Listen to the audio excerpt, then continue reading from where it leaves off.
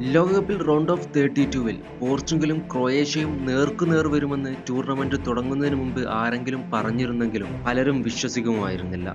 കാരണം പേപ്പറിൽ നോക്കുമ്പോൾ പോർച്ചുഗൽ ലോകത്തിലെ ഏറ്റവും ആഴമുള്ള സ്ക്വാഡിൽ ഒന്നാണ്. എന്നാൽ ഗ്രൂപ്പ് ഘട്ടം അവസാനിച്ചപ്പോൾ യാഥാർത്ഥ്യം മറ്റൊന്നായി. കൊളംബിയക്കെതിരായ ഗോൾ രഹിത സമനില അവരെ ഗ്രൂപ്പ് ജേതാക്കളാക്കാതെ രണ്ടാം സ്ഥാനത്തേക്ക് തള്ളപ്പെട്ടു. അതിന്റെ വില ഇപ്പോൾ അവർ നൽകുകയാണ്. നേരെ മുന്നിൽ നിൽക്കുന്നത് ലോകകപ്പുകളിൽ എപ്പോഴും നോക്കൌട്ട് ഫുട്ബോൾ കളിക്കാൻ അറിയാവുന്ന ക്രൊയേഷ്യയാണ്. ഈ ലോകകപ്പിൽ പോർച്ചുഗലിന്റെ ഏറ്റവും വലിയ പ്രശ്നം പ്രതിരോധമല്ല. ഗോൾ കീപ്പർമാർ ടിയാഗോ കോസ്റ്റ പല നിർണായക സേവും നടത്തി ടീമിനെ രക്ഷിച്ചിട്ടുമുണ്ട്. പ്രശ്നം ആക്രമണത്തിന്റെ അവസാന ഘട്ടത്തിലാണ്. മിഡ്ഫീൽഡിൽ പന്ത് കൈവശം വെക്കാൻ കഴിയും, പക്ഷേ അവസാനം മുന്നിലേക്ക് എത്തുമ്പോൾ ആക്രമണത്തിന് വേഗം നഷ്ടമാകും. ബ്രൂണോ ഫെർണാണ്ടസ് പന്ത് വാങ്ങാൻ പിന്നിലേക്ക് വരേണ്ടി വരുന്നു. ബെർണാർഡോ സിൽവ പലപ്പോഴും സൈഡിൽ ഒറ്റപ്പെട്ടു പോകുന്നു. മുന്നേറ്റ നിരയിൽ ക്രിസ്ത്യാനോ റൊണാൾഡോയ്ക്ക് ബോക്സിനുള്ളിൽ ആവശ്യമായ സർവീസ് ലഭിക്കുന്നില്ല. അതുകൊണ്ടാണ് ലോകാന്തര താരങ്ങൾ ഉണ്ടായിട്ടും പോർച്ചുഗലിന്റെ അറ്റാക്ക് ആരാധകർ പ്രതീക്ഷിച്ചതുപോലെ പ്രവർത്തിക്കാത്തത്.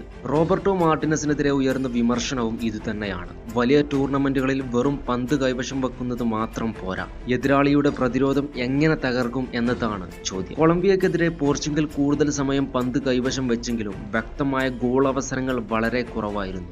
ലോകകപ്പിന്റെ നോക്കൌട്ട് ഘട്ടത്തിൽ ഇത് വലിയ മുന്നറിയിപ്പാണ്. കാരണം ഇനി ഒരു മോശം മത്സരം മതിയാകും ടൂർണമെന്റിൽ നിന്ന് പുറത്താകാൻ.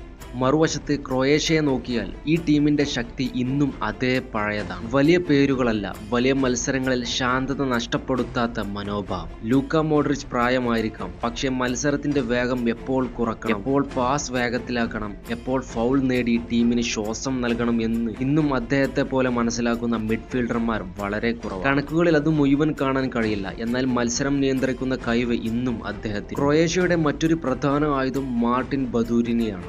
പഴയ തലമുറയിൽ നിന്ന് പുതിയ തലമുറയിലേക്ക് ടീം മാറുന്ന ഘട്ടത്തിലാണ് ക്രൊയേഷ്യ. ആ മാറ്റത്തിന്റെ മുഖമാണ് ബദൂരിന. മോഡ്രിച്ചിന്റെ അനുഭവവും ബദൂരിനയുടെ ഊർജവും ചേർന്നപ്പോൾ മിഡ്ഫീൽഡിൽ ക്രൊയേഷ്യക്ക് പുതിയ ബാലൻസ് ലഭിച്ചു. അതുകൊണ്ടാണ് അവർ ഗ്രൂപ്പ് ഘട്ടത്തിന്റെ തുടക്കത്തിലെ തിരിച്ചടിക്ക് ശേഷം ആത്മവിശ്വാസത്തോടെ തിരിച്ചു വരുന്നത്. ഈ മത്സരത്തിൽ മറ്റൊരു നിർണായക പോരാട്ടം വിങ്ങുകളിലാണ്. പോർച്ചുഗലിന്റെ ഫുൾ ബാക്കുകൾ മുന്നോട്ട് കയറുമ്പോൾ പിന്നിൽ ഒഴിവാക്കുന്ന ഇടങ്ങൾ ക്രൊയേഷ്യ ഉപയോഗിക്കാൻ ശ്രമിക്കും. മറുവശത്ത് പോർച്ചുഗൽ വേഗത്തിൽ ആക്രമണം നടത്തുമെങ്കിലും ബെർണാർഡോ സിൽവയും റാഫേൽ ലിയോയും പോലുള്ള താരങ്ങൾ ഒരാൾക്കെതിരെ ഒരാൾ എന്ന സാഹചര്യം സൃഷ്ടിക്കണം. അല്ലെങ്കിൽ ക്രൊയേഷ്യയുടെ കൃത്യമായ ഡിഫൻസീവ് ബ്ലോക്ക് തകർക്കാൻ പ്രയാസമാകും. ഈ മത്സരം വെറും റൊണാൾഡോയും മോഡ്രിച്ചും തമ്മിലുള്ള വികാര പോരാട്ടമല്ല. കഴിഞ്ഞ 15 വർഷമായി ലോക ഫുട്ബോളിനെ നിയന്ത്രിച്ച രണ്ട് തലമുറകളുടെ അവസാന ലോകകപ്പ് ഏറ്റുമുട്ടൽ കൂടിയാണ്. ഇവരിൽ തോൽക്കുന്ന താരത്തിന്റെ ലോകകപ്പ് യാത്ര ഇവിടെ അവസാനിക്കാൻ സാധ്യതയുണ്ട്. അതുകൊണ്ട് തന്നെ ഈ മത്സരത്തിലെ ഓരോ പാസിനും, ഓരോ ടാക്കിളിനും, ഓരോ തീരുമാനത്തിനും സാധാരണ നോക്കൌട്ട് മത്സരത്തേക്കാൾ കൂടുതൽ ഭാരമുണ്ടാകും.